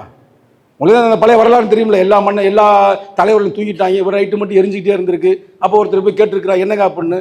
அவங்க தொண்டர்கள்லாம் நல்லா ஜாலியாக இருக்கிறாங்க, அவ்வளோ பிரச்சனை இல்லை. ஏன் தொண்டருக்கு ஒன்றுமே தெரியலை, பெரிய சிக்கலாக இருக்குது, ரொம்ப அதான் அப்பாவிகளாக இருக்கிறாங்க, அவங்களை விழிப்புணர்ச்சி அடைய செய்ய வேண்டும் என்பதற்காக நான் முழித்திருக்கிறேன்றாரு. அவர் வந்து அதில் சொன்ன கருத்தை பாருங்கள், அழுதுருக்கிறாருங்க, ரெக்கார்டு இருக்குங்க. 1950 நான் சொல்கிற வரலாறு, 56 இறந்துட்டார், 50 அழுகிறார். இங்கே பம்பாயில் இருக்கிற ஒரு பல்கலைக்கழகத்தில் அழுதுட்டு சொல்கிறாரு, நான் வந்து கஷ்டப்பட்டு நான் வந்து இந்த மக்களுக்காக பாடுபட்டேன், ஆனால் ஒயிட் காலர்ஸ் பூரா நல்லா பயனடைஞ்சிட்டாங்க, ஆனால் சாதாரண ஏழை மக்களுக்கு எந்த பயனுமே அடையலை, நான் சாக போகிறேன், இதெல்லாம் யார் இதெல்லாம் சரி பண்ணுவான்னு எனக்கு ஒன்றுமே புரியலை. அவங்க கேட்குற இது என்னதாங்க வழி அப்படின்னு. வேறு என்ன ஒரே ஒரு வழி நான் ஒன்று சொல்கிறேன், நம்ம மக்கள்லாம் வந்து சிங்கமாக இருங்க. அந்த காலத்தில் அவர் சொன்னது, ஆடுகளை தான் பலியிடுவாங்க, அதனால் ஆடுகளாக இருக்காதீங்க, சிங்கங்களாக இருங்க அப்படின்னு நம்ம தோழர்களை பார்த்து சொல்கிறாரு. அது ஒன்று தான் சொல்கிறார் கடைசியாக, இனிமேல் நீங்கள் வந்து ஆடுகளாக இருக்காதீர்கள், சிங்கங்களாக இருங்கள். ஏன்னா கோயிலில் பலியிடப்படுவது ஆடுகளைத்தான், சிங்கங்களை அல்ல. யார் சொல்கிறா? புரட்சியாளர் அம்பேத்கர் அந்த கருத்தை மட்டும் சொல்லிட்டு அரசியலமைப்பு சட்டத்தெல்லாம் உருவாக்குறாரு. திருப்பி 56 சாவதற்கு முன்னாடி சொல்றாரு, நான் இவ்வளவு செஞ்சேன், இப்போ கூட ஒயிட் காலர்ஸ் தான் அவன் மயனுக்கு இடம் வாங்கணும், சீட்டு வாங்கணும், இப்போ இருக்கிற மாதிரியே பல உதவிகள் அடைஞ்சுக்கிறாங்க, ஆனால் என் மக்களை இப்படி விட்டுட்டு போகிறேன், யாரு அந்த மக்களை பாதுகாக்க போகிறானே எனக்கு தெரியல அப்படின்னு மனசு நொந்து தான் அவர் இறந்து போகிறார். அப்போ தான் திருப்பியும் சொல்லுகிறார், பலியிடப்படுவது ஆடுகளைத்தான், சிங்கங்களை அல்ல என்றுன்னு. அதே கருத்தை உள்வாங்கி தான் நம்ம தலைவர் என்ன சொல்றாரு, அண்ணலே இனியும் நாங்கள் ஆடுகள் அல்ல, இளிச்சவாய கூட்டமும் அல்ல, சீரிப்பாய் விடுதலை சிறுத்தை என்றாரு. யாருன்னு சொல்றாரு? அம்பேத்கரே சொல்றாரு. கவலைப்படாதீங்க அண்ணலே, கவலையே படாதீங்க, நான் இருக்கிறேன், நான் பார்த்துக்கிறேன். அது மட்டுமல்லாமல் நல்ல கேளுங்க, மதுரையில் தோழர் சொன்னார்ல, அந்த 90களில் மதுரையில் வரும் பொழுது அவர் கட்சியை ஆரம்பிக்கும் பொழுது இன்னைக்கு இருக்கிற மாதிரி பெரிய அறிவாளிகளோ இல்லை பெரிய பெரிய வெட்டா முராசுகளோ இல்லை பெரிய பெரிய இன்னமும் படித்த அறிஞர்கள் வரல, சாதாரண தொண்டர்கள். அம்பேத்கர் ஆசைப்பட்டார்ல, என் பக்கத்தில் யாருமே தொண்டர்கள் இல்லை, நான் ஒயிட் காலர்ஸ் தான் உருவாக்கின, ஏழைகளை பண்ணலும் போது மதுரை மாவட்டம் மேலூர் தான் விடுதலை சிறுத்தைகள் உருவான முக்கியமான இடம். அது தலைவரே பலமுறை சொல்லியிருப்பாரு. அப்ப தலைவரோட இருந்த யாருன்னா மெயினாக ஆற்றல் அரசு அந்த காலகட்டத்தில். அதே மாதிரி என்ன 4-5 பேர் ரைட்டா, அவர்கள் பூரா சாதாரண படிப்பு படித்தவர்கள் தான், சாதாரணவர்கள் தான். அதே மாதிரி இன்னமும் சொல்லப்போனால் தொண்டர்கள்லாம் யாரு, ஆடு மாடு மேய்ப்பவர்கள், ரிக்ஷா ஓட்டுபவர்கள், சாதாரண வீட்டு வேலை செய்பவர்கள், இவங்க தான் தலைவரை நோக்கி வந்தார்கள். அவங்களை தான் இன்னைக்கு வலிமையாக்கி இருக்கிறார், வரலாற்று படைத்திருக்கிறார். இன்னைக்கு நம்ம பொன்னிவளவன் வந்து பொன்னிவளவன் அப்படின்னாலே இன்னைக்கு இருக்கிற இந்த விழுப்புரம் மாவட்டமே மிரளுகிறது என்றால் அதுதான் விடுதலை சிறுத்தைகள் உருவாக்கி இருக்கார தலைவரே. ஒவ்வொருத்தரையும் அவர் தம்பி சொல்லாப்புல, அண்ணன் என்ன படிச்சிருக்கீங்க? அண்ணன் நான் வந்து அம்பேத்கருடைய பல்கலைக்கழகத்தில் படிக்கல, ஆனால் இப்போ இருக்கிற எழுச்சி தன்னுடைய பல்கலைக்கழகத்தில் படிச்சிருக்கேன், அதை விட எனக்கு என்னென்ன பெரிய டாக்டரேட் பட்டம் வேணுங்க. நான் கேட்பேன், என்னடா படிச்சிருக்கிறேன், படிக்கிற காலத்தில் என்னடா தான் பண்ணேன் அப்படின்னு கேட்கும்போது, அதே நான் அம்பேத்கர்கிட்ட புக்கு படிக்கல, ஒன்றும் படிக்கல. ரைட்டு, இந்த அம்பேத்கர் தொடர்ச்சியாக எழுச்சி தமிழில் இருக்கார்ல, அவருடைய பல்கலைக்கழகத்தில் நான் படிச்சிருக்கேன் அப்படின்னு பார்ப்பல. அது மாதிரி தலைவர் வந்து ஒவ்வொருத்தரையுமே செதுக்கி இருக்கிறார். அந்த அம்பேத்கருடைய கனவை வந்து உருவாக்கி இருக்கிறார். அந்த கொடியில் அவர் என்ன வைக்கிறாரு, ராட்டனத்தை வைக்கிறாரு, வைக்காம நம்ம தம்ம சக்கரத்தை வைக்கிறாரு. காந்தி சொன்ன ராட்டனத்தை வைக்க முடியும்னு சொல்லிட்டு தம்ம சக்கரம், அசோக சக்கரத்தை வைக்கிறார். அதுக்காக தான் தலைவர் மதுரையில் கொடியேற்றும் என்ன சொல்றாரு, இன்று நமது இயக்க கொடி, நாளை நமது நாட்டின் தேசிய கொடினா என்ன, இந்தியாவை கைப்பற்ற வேண்டும். இந்தியாவின் அரசியலமைப்பு சட்டம் புரட்சியாளர் அம்பேத்கர் உருவாக்கப்பட்டது. இந்தியாவில் இருக்கின்ற கலாச்சாரம் பண்பாடு அது பறையர்களுடைய பண்பாடு. அப்படி என்றால் இந்தியாவை ஒரு பறையன் ஆள வேண்டும், அவர் எழுச்சி தமிழராக இருக்க வேண்டும். ஏன்னா இப்ப இந்தியாவை பொறுத்த வரைக்கும் ஒரு பெரிய லீடர் சொல்லுங்க, நீ சொல்லுங்க, நான் அமைதியாயிடுறேன். இப்போ நான் போன ஆஃப் பண்ணிட்டு நம்ம உட்காந்துருவோம். இந்தியாவில் எனக்கு தெரிய ராமதாஸ் அத்வாலே அவர் வந்து இப்போ மோடி ஷூவை பாலிஷ் போட்டுக்கு இருக்கிறாருன்னு சொல்றாங்க. நான் பார்க்கல சாமியெல்லாம், எனக்கு தப்பா எடுக்கக்கூடாது. அப்புறம் பாருங்க, நம்ம ராமதாஸ் அத்வாலே விடுங்க, இன்னொரு பஸ்வான் அண்ணன் ஐயா இறந்து போயிட்டாரு, நல்ல ஒரு போராளி தான். ஆனால் கடைசியில் போய் அவரும் அடமானம் வச்சுட்டார். அவங்க பையன் வந்து அங்கேயே முடிச்சுட்டாரு. அதே மாதிரி மாயாவதி சிராஜ் பஸ்வான், அதே மாதிரி அம்மா மாயாவதி ஒரு இரும்பு பெண்மகள் தான். ஆனால் அந்த அம்மா ஆப் ஆயிடுச்சு, டோட்டலாக ஆப்பு. இப்போ பாருங்க, இந்தியா லெவலில் இப்போதைக்கு ஒரு மாபெரும் தலைவர் யாராவது சொல்லுங்க, தலித்துல யாருமே இல்லை தோழர்களே. இதான் உண்மையான கருத்து. அப்போ அதான் தலைவர் ஒருவர் தான் இருக்கிறாரு, அதான் சொல்ல வர்றாரு தலைவர், அதான் நானும் சொல்ல வர்றேன். அதாவது இன்னைக்கு இந்தியா லெவலில் ஒரு தலித்து மக்களுக்காக, மண்ணின் மைந்தருக்காக, ஒடுக்கப்பட்டவர்களுக்காக, ஏழைகளுக்காக, பெண்களுக்காக, இன்னமும் சொல்ல போனால் தலைவர் சொல்லாடலே சொல்ல சில்லென்று சிதறிக்கப்பட்டவர்களுக்காக களமாடி கொண்டிருப்பவர் எழுச்சி தமிழர் தான். அப்போ நமது நோக்கம் வந்து என்னன்னா, தமிழ் தேசியத்தை வென்றெடுப்பதை போல தலித் தேசியத்தையும் வென்றெடுக்க வேண்டும். அதனால தான் தலித்தில் ஒரு பெரிய லீடர் வரக்கூடாது என்பதற்காகத்தான் நான் சொல்கிறது 100க்கு 100 உண்மை. இந்த கருத்துக்கு நான் தான் பொறுப்பு, தலைவரோ இல்லை தம்பி பொன்னிவளவன் மாவட்ட செயலாளரோ பொறுப்பு அல்ல. இன்னைக்கு வந்து தமிழகத்தில் தலை சிறந்த ஒரு கட்சி என்றால் விடுதலை சிறுத்தைகள். 24/7 வேலை பார்த்து ஓடிக்கொண்டே இருக்கிறது என்றால் விடுதலை சிறுத்தைகள். எந்த மாநாடு போட்டாலும் குவார்டர் கொடுக்கறதில்ல, பிரியாணி கொடுக்கறதில்ல, தன்னெழுச்சியாக வருகின்ற ஒரு கட்டுக்கோப்பான ஒரு அமைப்பு விடுதலை சிறுத்தைகள். இவ்வளவு இருந்தும் கூட தமிழக முதல்வர் தளபதி ஸ்டாலின் விரும்பியும் கூட, ஆனால் 2 இலக்கில் தரமாற்றோம் என்று சொல்லுகிறார் என்றால், எழுச்சி தமிழை கொஞ்சம் விட்டோம்னா இந்தியாவின் பிரதமர் ஆவார் என்பது எதிர்கட்சிகளை விட ஆளுங்கட்சிக்கு தெரிகிறது, கூட்டணி கட்சிகளுக்கு தெரிகிறது. ஆனால் தலைவரை யாரும் குறைச்சு அண்டர் எஸ்டிமேட் போட்டீங்கன்னா நீங்க பாவம். ஏன்னா தலைவருடைய மொத்த சக்தியில எனக்கு தெரிய ஒரு 25 விழுக்காடு தான் அரசியல் செய்து கொண்டிருக்கிறார். ஆனால் ஒரு காலம் வரும், நிச்சயமாக வரும், அவர் தனது 80-90 விழுக்காடுகளையும் ஆடும் பொழுது இந்தியாவுடைய அதிகாரம் எழுச்சி தமிழர் நோக்கி வரும், அதிவிரைவில் வரும். அதற்காக ஐயா அழகா சொன்னார், தாய்மேல் சத்தியம் செய். சரியான சொல்லாடல். நான் இதுவரைக்கும் விடுதலை சிறுத்தை மேடையில் அந்த சொல்லாடலை கேட்டதே இல்லை. தலைவர் தெரியாமையா வந்து அரசியலில் வந்து அதுவும் தேர்தலில் வந்து ஒரு மாநில செயலரை வச்சிருக்கிறாருன்னா சும்மா வச்சிருப்பாரா? தாய் மேல சத்தியமாக நேர்மையாக நாம் விடுதலை சிறுத்தைகளாக உழைக்க வேண்டும் என்று சொன்னார். அதான் உண்மை. நான் இப்போ முடிக்க போறேன். அப்போ தமிழ் தேசியமாக இருக்கட்டும், தலித் தேசியமாக இருக்கட்டும், நம்ம தான் அதுக்கு வந்து ரெஸ்பான்சிபிலிட்டி, நம்ம தலைவர் தான் பொறுப்பு. ஒரு பகவான் புத்தர் கருத்தோடு நான் முடிச்சுக்கிறேன். எல்லாமே வரலாறு, நான் பேசினதுக்கு பூரா வரலாறு இருக்கிறது. அன்னைக்கு வந்து அவர் நடத்தினார், யாரு, புரட்சியாளர் அம்பேத்கர் 3 மாநாடு நடத்தினார். அதில் கடைசி மாநாடு மகளிர் மாநாடு உங்களுக்கு தெரியும். அந்த கடைசி மாநாடு என்ன தெரியுமில்ல, SST அது நிறைய பேருக்கு தெரியாது, அது சொன்னாதான் புரியும். அது நிறைய பேர் சொல்லவும் மாட்டாங்க. சமதா சைனிக் தல், சமத்துவ படை. புரட்சியாளர் அம்பேத்கர் 1924 RSS எதிர்த்து அவர் அமைக்கப்பட்ட அமைப்பு தான் SST, சமதா சைனிக் தல். இப்பொழுது அழிந்து விட்டது. புரட்சியாளர் அம்பேத்கர் பிறகு அழிந்து விட்டது. அதே SST தான் இன்று விடுதலை சிறுத்தைகளாக விசிகாவாக இந்தியாவில் களமாடுகிறது. அந்த SST ஒரு வரலாறு சொல்றேன். அந்த வரலாறை நீ கேட்டீங்கன்னா நீங்க உண்மையிலேயே அம்பேத்கரை ஒரு பக்கத்து தானே பாக்குறீங்க. எழுதுவாருப்பா, படிப்பாருப்பா, அறிவாளிப்பா, சட்டத்தை உருவாக்கினார், இந்த மட்டும் சொல்றேன் பாருங்க. யாரும் சொல்லியிருக்கவே மாட்டாங்க. இந்த கருத்து முக்கியமான கருத்து. அம்பேத்கருக்குள்ள ஒரு பொன்னிவளம் இருந்திருக்கிறாப்புல. பொன்னிவளம் ரொம்ப பில்டப் பண்ணி நினைக்காதீங்க. அந்த தம்பி செஞ்சதெல்லாம் இப்போ நான் சொன்னேன்னா என்னையும் தம்பியை கொண்டு போய் இன்னைக்கு உள்ள குண்டாசில் போட்டுருவாங்க. சில விஷயங்கள்லாம் சொல்ல முடியாது, லைவ்ல போகுது. சரியா, அதை இப்போ பேச முடியாது. அம்பேத்கர் என்ன செய்யறாருன்னா SSTன்னு ஒரு படையை கட்டுறாரு. மிலிட்ரி மாதிரி படை தோழர்களே. அந்த படையுடைய நோக்கம் என்ன தெரியுமில்ல? அந்த படையுடைய நோக்கமே தலித்துகளை மட்டும்தான் அந்த படையில வச்சிருப்பாரு. தலித்துகள் மட்டும்தான் அந்த படையில. அந்த படையின் நோக்கம் என்னவென்றால், நல்லா கேட்டுங்க, அந்த படையின் நோக்கம் என்னவென்றால் யாரும் மது அருந்தக்கூடாது, யாரும் சிகரெட்டு குடிக்கக்கூடாது. மதுவுடைய அந்த அமைப்புடைய நோக்கமுங்க தலித்து மக்களுக்காக, நல்லா கேட்டு, தலித்து மக்களுக்காக தொடர்ந்து போராட வேண்டும். தலித்து மக்களுக்காக தொடர்ந்து எங்கெல்லாம் பெண்களுக்கு பிரச்சனை வருதோ, தலித்து மக்களுக்கு பிரச்சனை வருதோ, சிறுபான்மைக்கு பிரச்சனை வருதோ, ஒரு மிலிட்டரியை போல் செயல்பட வேண்டும். இதுதான் கோட்பாடு. நீ அப்படியே நெட்டில் நான் முடிச்சா பிறகு போடுங்க. நான் பேசி முடிச்சுட்டு நான் போன பிறகு SST டாக்டர் அம்பேத்கர் போடுங்க. என்ன நடந்துச்சுன்னு பாருங்க. இந்தியாவுக்கு சுதந்திரம் அடைஞ்சிட்டாங்க. அடைஞ்ச பிறகு நம்ம மக்கள்னா அந்த செப்டி டேங்கு இதெல்லாம் வந்து தூய்மை பணியாளர் வேலை செய்வாங்க பார்த்தீங்களா, அவங்கள பூரா பாகிஸ்தான் பார்டருக்குள்ள கொண்டு போயிட்டாங்க. நல்லா கேட்டுங்க பிரதர், முக்கியமான கவனிங்க, தான் முக்கியமான இடம். அவரை பூரா அங்கே கொண்டு போயிட்டாங்க. கொண்டு போனதுமே இவர் நேராக போய் ஜவஹர்லால் நேருவை பார்த்து சொல்றாரு, எங்க மக்கள்லாம் இங்கே மாட்டிக்கிட்டாங்க, அந்த மக்களை எல்லாம் நான் திருப்பி கூட்டி வரணும், ஹெல்ப் பண்ணி மிலிட்டரி அனுப்புங்கன்னதுமே, ஐயோ அதெல்லாம் முடியாது, ஏற்கனவே சுதந்திரம் அடைஞ்சு கொடுத்துட்டோம், எல்லாம் பார்டர் போட்டோம், அங்கெல்லாம் அனுப்பவே முடியாதுன்றார். திருப்பி கேட்கிறார், நல்லா நான் கேட்குறேங்க, என் மக்கள் காப்பாற்றணும் கூட்டியாங்க, அதெல்லாம் முடியாதுன்றார். உடனே அம்பேத்கர் இந்த SST படையை, சமதா சைனிக் படையை பாகிஸ்தானுக்கு அனுப்புறாரு. அனுப்பி விட்டு அங்க இருக்கிற நம்ம மக்களை எல்லாம் மீட்டு கொண்டு வருகிறார். இது வந்து ஜவஹர்லால் நேருக்கு மட்டுமல்ல, எல்லாம் பாராளுமன்றத்தில் தெரிந்த பிறகு அந்த பாராளுமன்றத்தில் கேட்கிறார்கள், ஏன் அம்பேத்கர் அவரே நீங்கள் இப்படி செய்தீர்கள் என்று.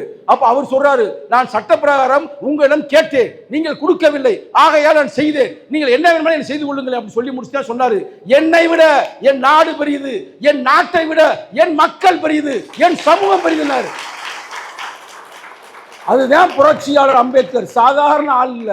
நீ நினைச்சுக்கிருக்காய் அம்பேத்கர் எழுதுவார், அந்த அம்பேத்கருடைய அவரின் தொடர்ச்சி தான் எழுச்சி தமிழர். அந்த தொடர்ச்சியில் தான் நம்ம தலைவர் களமாடி கொண்டிருக்கிறார். ஆகையால் இனிய தோழர்களே, அன்பு நண்பர்களே, நம்ம தலைவருடைய உண்மையான அந்த கருத்துக்களையும், எழுச்சி தமிழர் மட்டுமல்ல புரட்சி அம்பேத்கர் எதற்காக இந்த மக்களுக்கு பாடுபட்டார் என்ற எண்ணங்களையும், பகவான் புத்தருடைய ஒரு கருத்தை மட்டும் சொல்லி நான் உங்களிடமிருந்து விடைபெற விரும்புகிறேன். பகவான் புத்தர் என்ன பண்ணார்னா, கடைசியா அவரு கடைசி காலம் அவர்கிட்ட வந்து கேட்குறாங்க, அவர் சீடர் பேர் ஆனந்தன். என்னங்க ஆனந்தன் தானே, என்னங்க கடைசியில் நீங்கள் சாக போகிறீங்க, எங்களுக்கு ரொம்ப கவலையாக இருக்குது, நாங்கள் என்ன பண்ணுறோம் ஏது பண்ணு கேட்கும்பொழுது அவர் சொல்கிறாரு, அனைத்து கூட்டு பொருளும் ஒரு நாள் உடையும். யார் சொல்கிறா? பகவான் புத்தர் சொல்கிறாரு. சொல்லி முடிச்சுட்டு அப்போ தீபபவன்றாரு. அப்போ தீபபவ என்றால் என்ன? உனக்கு நீயே ஒளியாக இரு. நீங்க ஒவ்வொருத்தருமே உங்க சொந்த அறிவை வச்சு நீங்க பயன்படுங்க. அம்பேத்கருக்கு எழுதியிருக்காரு, இது கூட யார் எழுதுனது? அம்பேத்கர் எழுதுனது. அவர் புத்தாண்டிஸ் தம்மால. அப்போ தீபபவ, உனக்கு நீயே ஒளியாக இரு. அதான் தலைவர் சொல்லுவாரு, ஆனா விழிப்பா இரு, நெருப்பா எழு. எல்லாம் ஒன்றோட ஒன்று ஜாயிண்ட் ஆனது. எப்படி? விழிப்பா இரு, நெருப்பா எழு. அது யார் சொல்றாரு? நம்ம தலைவர் சொல்றாரு. சொல்லி முடிச்சுட்டு புத்தர் எல்லாரையும் போராளிகளே அப்படின்னு அழைக்கிறாரு. யாரு? அவங்க புக்குகளை பார்த்து, இதெல்லாம் ரெக்கார்ட் இருக்கு தோழர்களே. போராளிகள்னு அழைச்சதுமே அங்கே இருக்கிற ஒரு ஆள் சீடர் கேட்குறாரு, என்னங்க நாங்களே வீட்டில் போய் சோறு வாங்கி சாப்பிட்டுக்கிட்டு பிக்குவாக வாழ்ந்துக்கிட்டு இருக்கிறோம், எங்களை பார்த்து ஏங்க போராளிகளே என்று கேட்கிறீங்களா அப்படின்னும்போது, புத்தர் சொன்னதாக புரட்சியாளர் அம்பேத்கர் அவர்கள் புத்தா அண்ட் இஸ் தம்மால பதிவு செய்கிறார். எங்கெல்லாம் அநீதி நடக்கிறதோ, எங்கெல்லாம் அக்குறும் நடக்கிறதோ, அதை யாரெல்லாம் தட்டி கேட்கிறீர்களோ நீங்களெல்லாம் போராளிகள் என்று சொல்கிறார். Wherever veruch in danger, do not avoid the fight, do not be made in mouth. Where war is there, you watch the war. That's why we call you are warrior. புரட்சி அம்பேத்கர் சொன்னது. அவன் தான் விடுதலை சிறுத்தைகள். விடுதலை சிறுத்தைகள் தான் போராளிகள். போராளிகள் தான் விடுதலை சிறுத்தைகள். அந்த போராளி தலைவன் தான் எழுச்சி தமிழர். ஆம், கொள்கை வெல்ல களமாடுவோம், கோட்டையில் ஒரு நாள் கொடியேற்றுவோம், அடுத்த பாய்ச்சலுக்கு அணியமாவோம், அடுத்த தலைமுறை அணியமாக்குவோம். நன்றி, வணக்கம்.